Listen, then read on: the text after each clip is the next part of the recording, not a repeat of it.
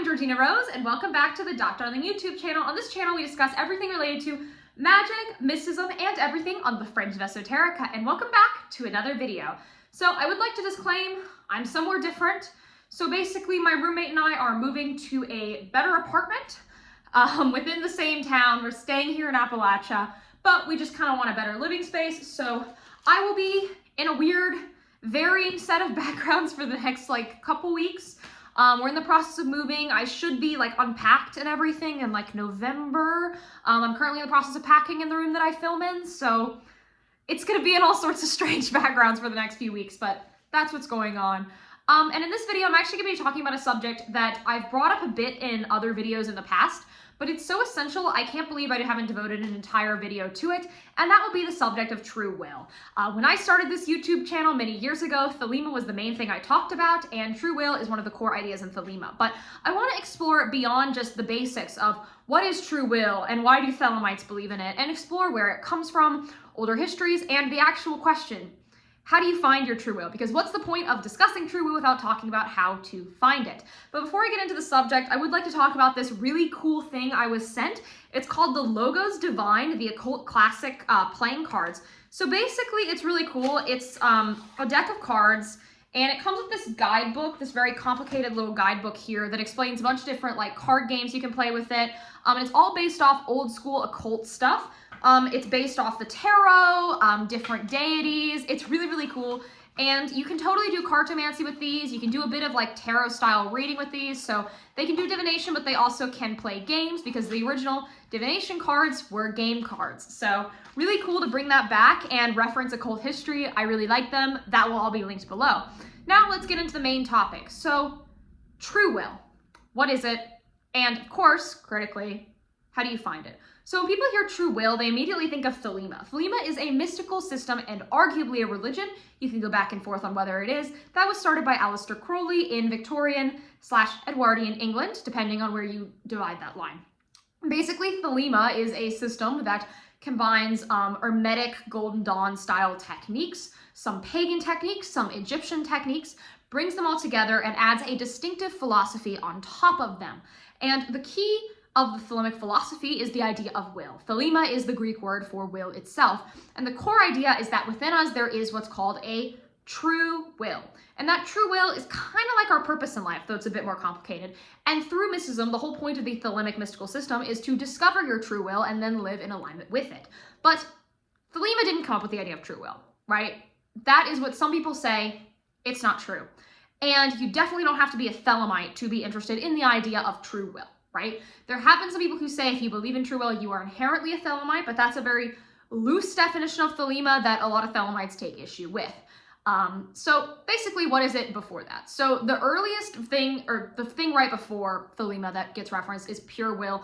Eliphas Levi wrote a lot about this in his book that he did throughout his tenure as an occultist. And basically, pure will is like a driving force within yourself that you have to discover. Now, if you look further and further back, you see the word will used repeatedly.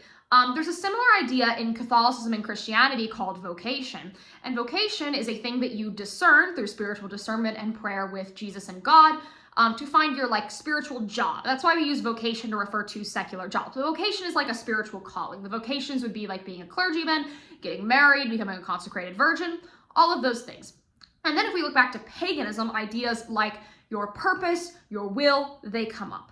And specifically, that is a big thing in ancient pagan traditions. And so true will is basically a Thelemic and modern occult idea of this. It is just fleshed out a lot further, right? Because true will is argued to be a thing that is set for you, right? So basically, if true will is a metaphysical concept, it must exist in metaphysical reality, right? It must be metaphysically a thing. It must come from somewhere. So where does true will come from? Why is it an occult idea? Because if you're hearing this, you could go, okay, well, my life purpose, that's just what I want. That's just what I desire, right? And a lot of people have critiqued the idea of true will, saying that it's just following your desires. There are a lot of mystic traditions, specifically those descended from Stoicism, that have to do with the idea of breaking past desire and no longer desiring, right? Giving up this idea of desire, right?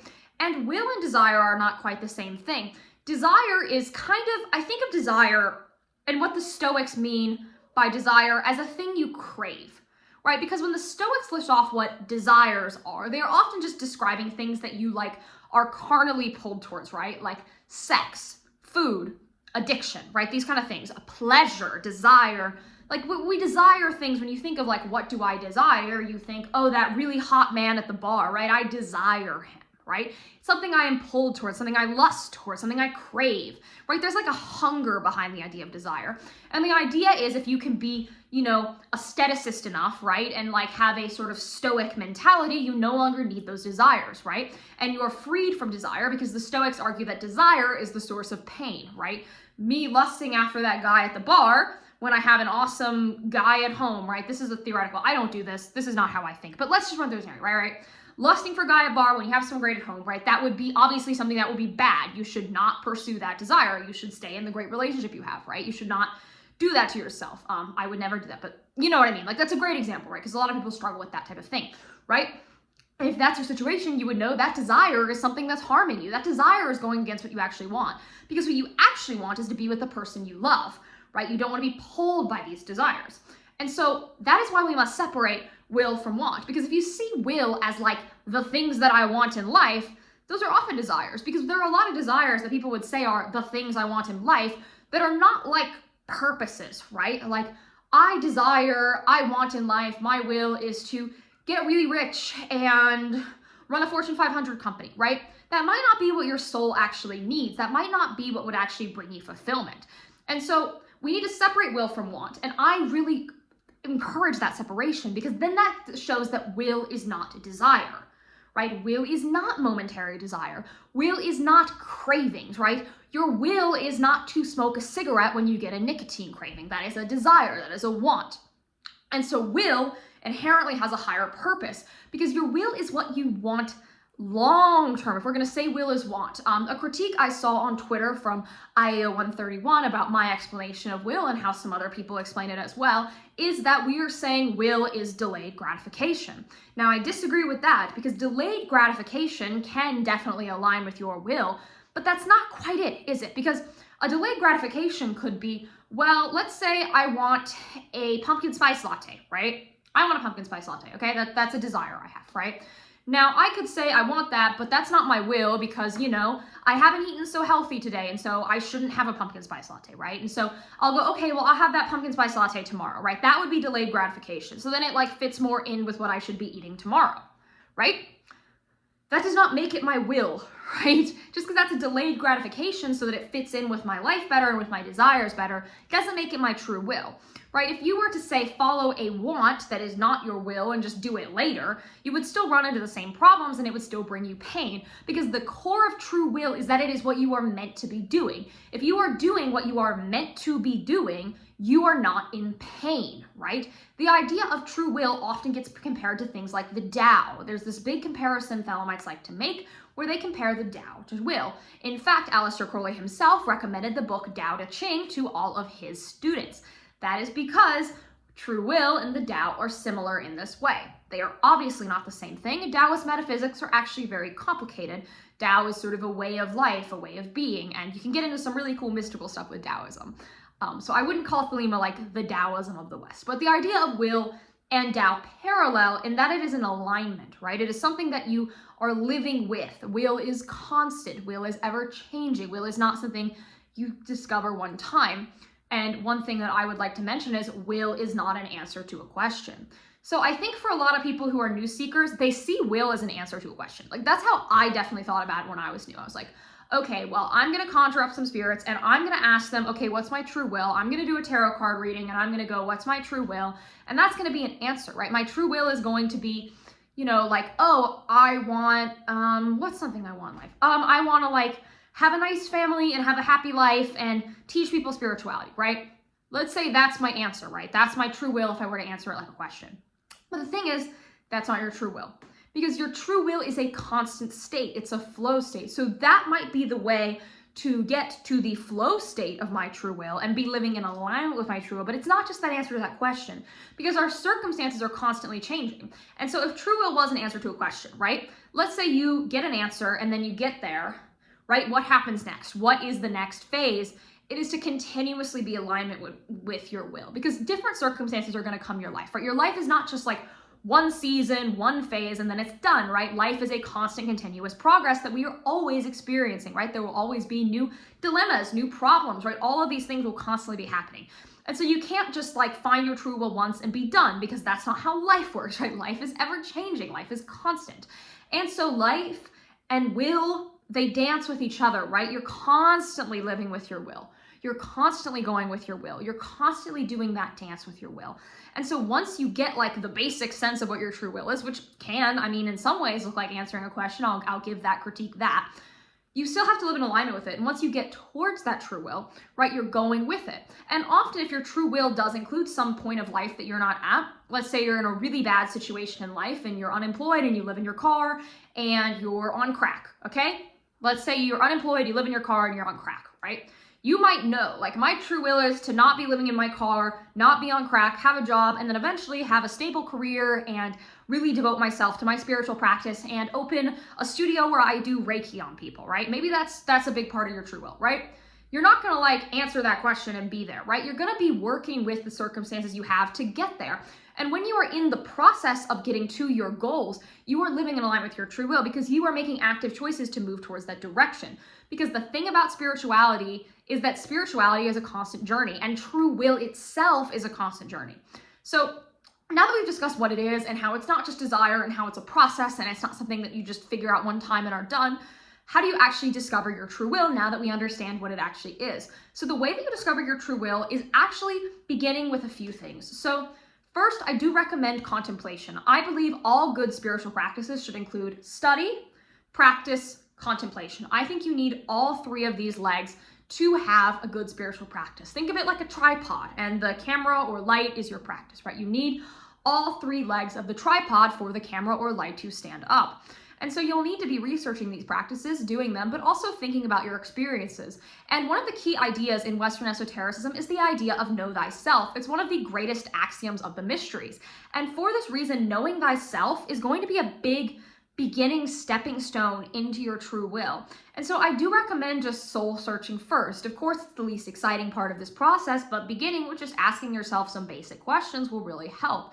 There are some really good like shadow work prompts online, and just generally thinking about your goals, what you desire, and all of that. Now, of course, it's not desires, but what I'm going to tell you is think about those things that I was saying your will isn't, and look for the common denominator. So instead of saying, okay, well, I've thought of things I desire, I've thought of things I want, that must be my will, look at those things you desire and what you want, because those are keys, right? And then see what those underlying factors are. Are those underlying factors things like stability? Are they things like seeking adventure? What are those core underlying desires? What is that for you? What is the spine of what you are seeking?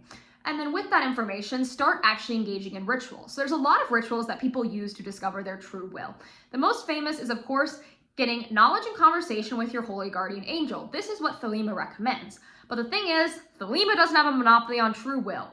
So you don't have to do it this way, especially if you're not a Thelemite, which for me, I'm maybe a Thelemite. Depends on how you define that. Kind of, sort of, I wouldn't fully identify as that at this point. But I do believe in these core principles still. And I also believe Thelema's not the only way to get there. It's not the only path up the mountain. That's why I call myself a perennialist, right? I believe there are many paths up the mountain towards the core that is objective truth. So what I recommend is beginning a spiritual practice. Everyone should be doing this in general in life, but for true will, you need it. Because the thing is, since we are so clouded by our wants and desires, we can't see what we really want without divine intervention. And the theological law behind the idea of true will is that divinity has actually set forth a purpose with us. It runs very counter to the idea of free will in a lot of ways, because the gods themselves set a true will for us that we must discover. That's why I compare this a lot to the Christian idea of vocation. Because in Christianity, your vocation is not your choice. Your vocation is a path you have to discover that was given to you by God. That is very much what your true will is. It's a very similar idea. And so I really recommend developing a spiritual practice. You could do this through direct communication with a god of your choice, a patron or matron, or with spirits like a holy guardian angel or a holy daemon, or any sort of like guiding or protector spirit. So any of those spirits will work, but there are core formulas that you will have to do in ritual to discover your true will. So in all paths to get your true will, the first thing that all of these rituals include is purification. So the thing is, we are all carrying miasma, spiritual pollution, and general ick on us all the time. And that gets into our mind and poisons our psyche and gives us spiritual diseases of the heart and just generally blinds us from all sorts of things. And so the first step is going to be to purify, because no matter who you are, there are spiritual impurities in you. And getting rid of those is going to be vital to be able to have a good relationship with the gods and discover the truth. So begin with a complex purification process. This could be things like asceticism, fasting, wearing specific colors, retreating from society for a bit, or more simple things like taking regular cleansing baths, cleansing your space regularly, smoke cleansing. There's a lot of ways to do this. Cleansing and purifying takes many different forms, and generally trying to be a more pure and mystically aligned person. And so once you have that mindset going, you will become more aware of what you really desire. And things that are momentary comforts, like perhaps ordering DoorDash 15 times a day, will become less appealing because your mindset will be more focused towards the divine and you will be a more pure person. Now, at this phase, you need to begin actual contact with the divine itself. If you are doing the Holy Guardian Angel, you need to be praying to your HGA regularly. You need to be doing rituals like the Bornless Ritual or the Headless Ritual. Those are two great rituals for this type of work. There is a ritual used by some called Liber Samek. This is a Crowley ritual. I hate this ritual. I find this ritual to be just really not good. So I would recommend against that ritual. I think that it can cause some miasma to come in, and just generally it doesn't work how people think it works. So I would ignore that one. That's one of the things that I really disagree with Crowley about. I think that ritual is very ick. So don't do that one. But if that is what your path is, I mean, you can do it.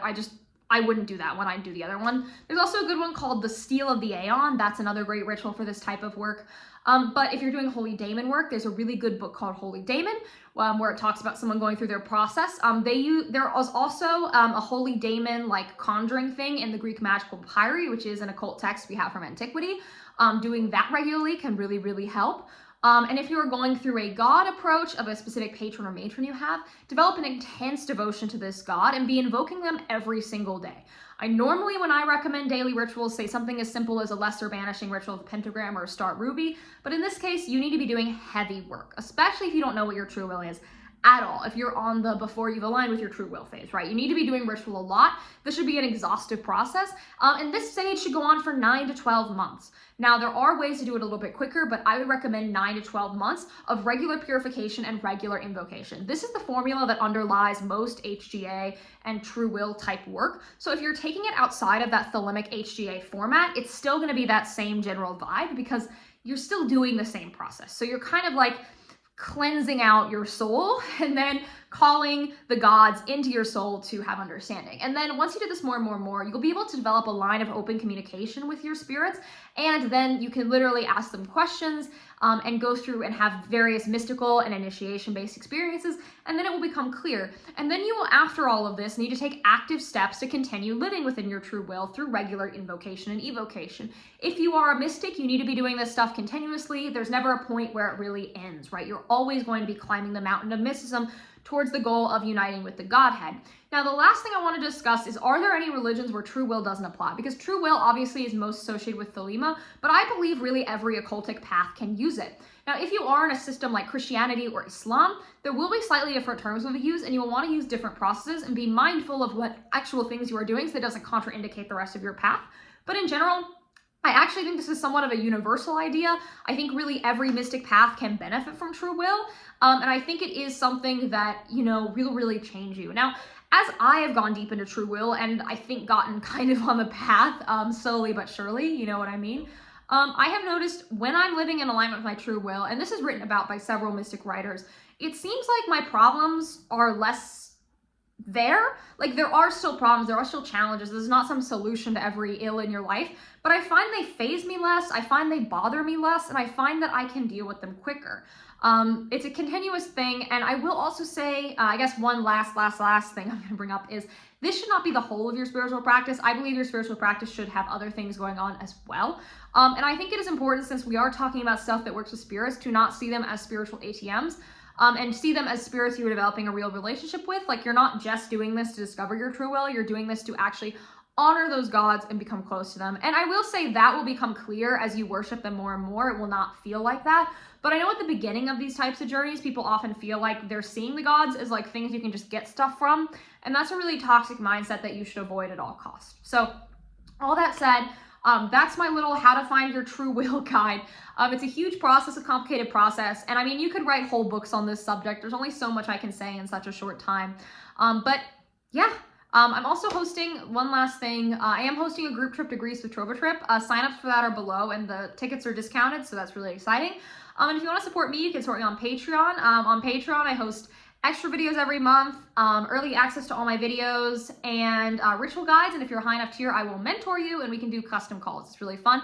I also sell tarot readings. Information for that will be in the description box. And I host the podcast, The Postmodern Iconoclast, which is on this YouTube channel and on Spotify and most podcasting platforms under the Postmodern Iconoclast. And you can find me under .darling, D-A-T Darling, under all platforms. I'm on Instagram, TikTok, Twitter, Telegram, Substack, pretty much everywhere. And I'll see you guys in the next video. Please like, comment, subscribe, and ring the bell. And if you do that, within 93 days, you'll meet a Ho Guardian Angel, and you never need to know about any of this again. All right, bye!